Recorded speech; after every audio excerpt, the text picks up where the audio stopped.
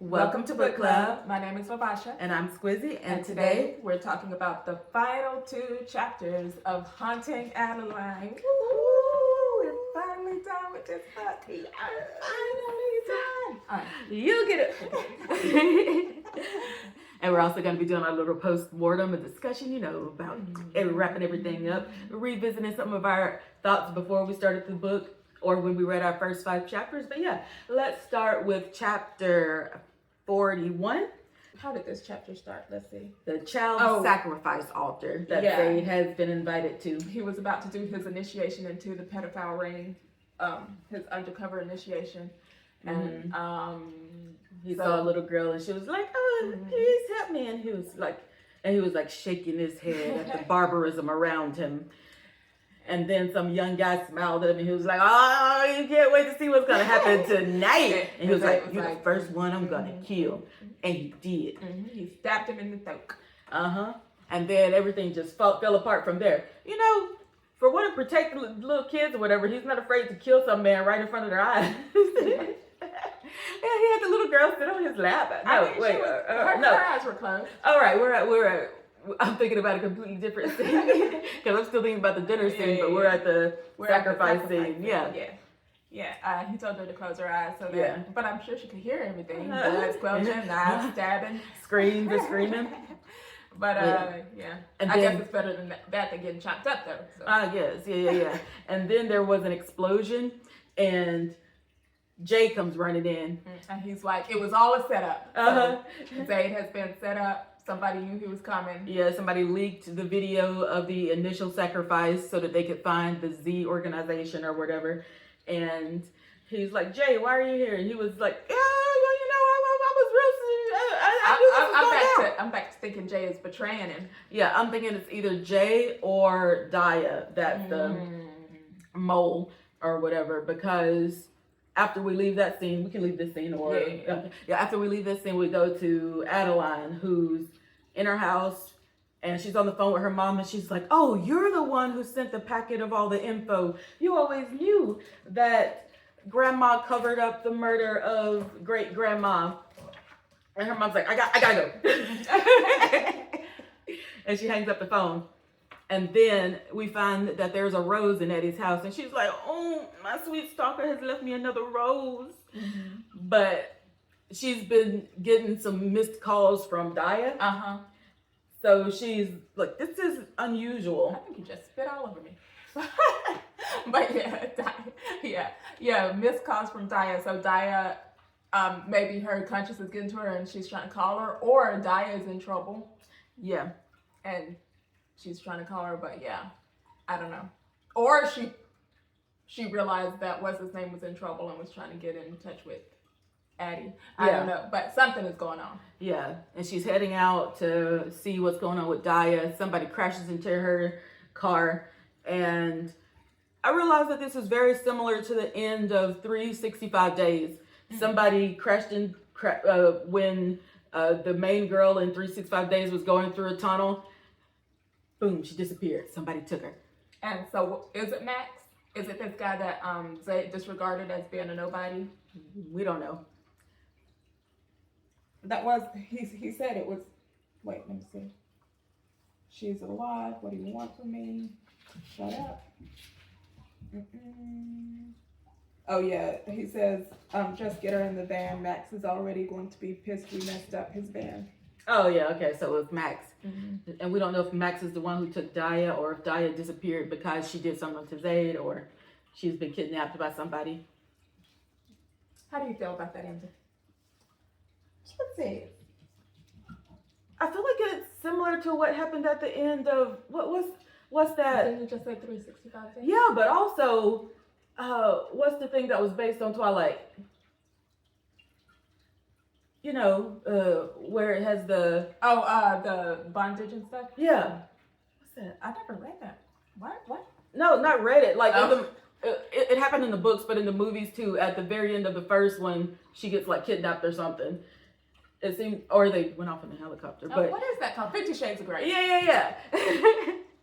But it's like the trope that keeps happening in these sorts of stories, where everything's The woman has finally realized that she's in love with the creepy controlling guy, and somebody else kidnaps her. I personally feel like she should have just wrapped it up. Like, yeah, it's not good enough for a second book. Yeah, he should have taken down the drug ring or whatever. Not drug ring, but pedophile ring. And then he comes home to find out Addie's pregnant.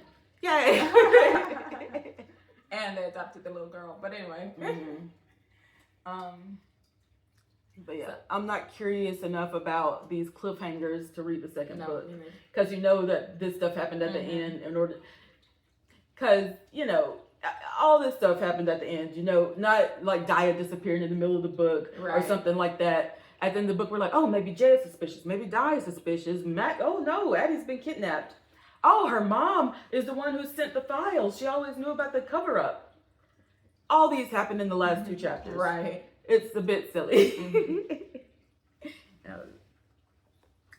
don't know. So that's over and done with. I'm happy that's done. And now are we moving on to the postmortem? Let's see here. Haunting Adeline. So when I was watching some of our other videos, one of the predictions you had was that like Parsons Manor was like some kind of, it was like a traffic for the pedophile ring, like in the walls. That would have been interesting. It would have, like, like I was like, it would have been cool if that was the case, and that would like explain all the sounds taken right from inside of her house, and the ghosts and stuff. That would explain all of that, and like wouldn't it have been so nice if Zay just comes back from barely surviving this takedown, and Addie's missing, and she was snatched right from inside her house, and she's just in the walls or something. That would be nice. That would have been so cool. But like, that was more interesting than what happened. Let's see, and predictions. Is she pretty sure the 2 leads will end up together? There will be lots of sex scenes. The female lead will learn to fully embrace her freaky side and demand what she wants inside and outside the bedroom. She never did that. The male lead will have to rescue her from a human trafficking ring at some point. That kind of happened when they were trying to get her at the haunted house thingamajig.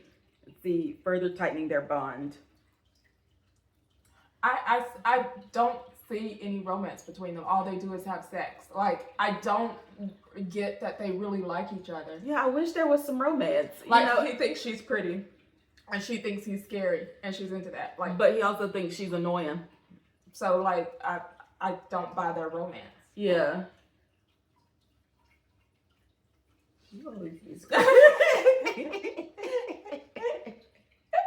Are you watching these back and I'm like, got a secret cokehead. Would that be so crazy? Even though like, what's the money for that? But man, somebody was like, you should treat life like a crackhead, because a crackhead never goes through the day like being like, oh, I can't get crack, so I'm just gonna sit down and not do anything about it. You know, they always find a way to get crack.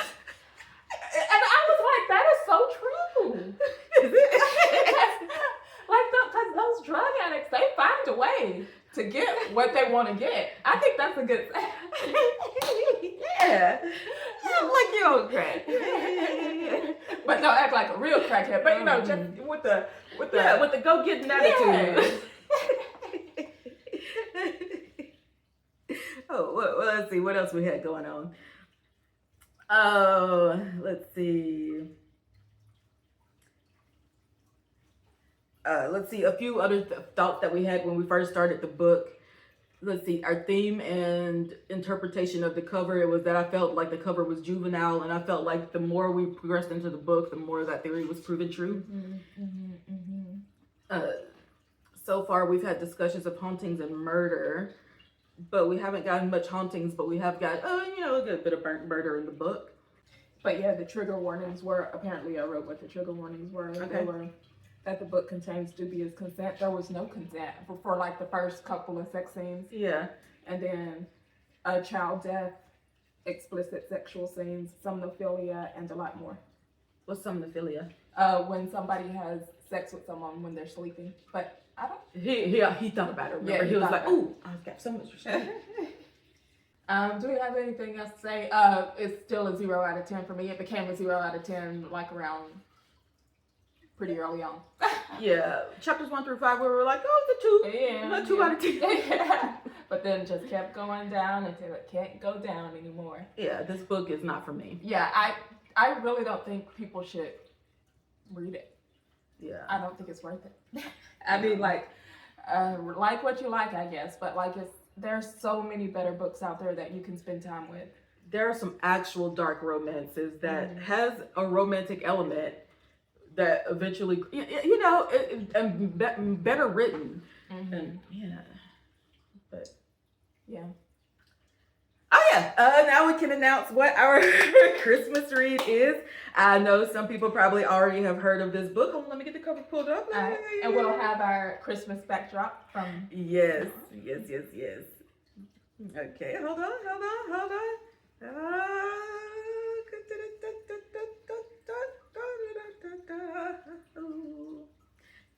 Okay, this is our next read. How My Neighbor Stole Christmas. Who's the author? The author is Megan Quinn. I've never read anything from her. I've never heard about her. Me either. But we picked this as our Christmas read because I was walking through Target. I looked over, boom, saw the cover because it was like super bright red, not like on this little color e-reader where it's all dim and whatnot.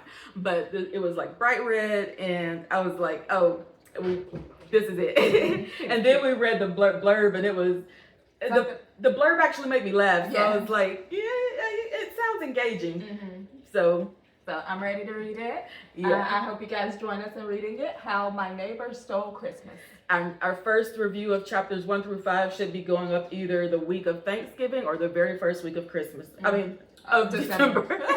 Well, the month of December is pretty much Christmas. So. All right. Everybody, like, comment, subscribe, and let us know what you thought about Hunting Adeline, and let us know what you think about our next read, How My Neighbor Stole Christmas. And that is it. That's it. Oh, and also visit my original story. I've posted it. It's called Cursed Girl. It's a little intense.